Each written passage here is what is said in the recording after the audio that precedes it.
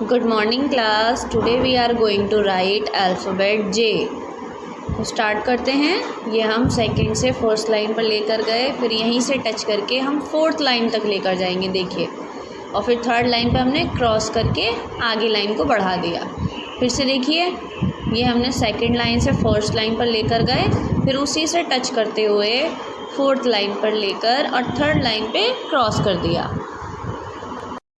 चलिए तो क्लास एक बार हम और बनाकर ट्राई करते हैं।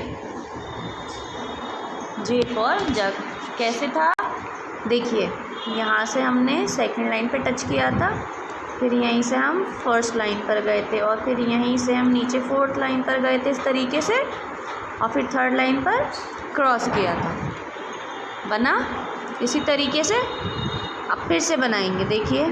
ये हमने इस तरीके से लिया, ये हम ऐसे लाए और यहाँ पे क्रॉस कर दिया। आप सभी को भी इसी तरीके से बहुत ही खूबसूरत तरीके से जे फॉर जग बनाना है। जे फॉर जग, देखिए ऐसे। फिर से बनाती हूँ, देखिए ये इस तरीके से। तो आज आप क्या करेंगे, अपनी नोटबुक और राइटिंग बुक में जे फॉर जग बनाएंगे।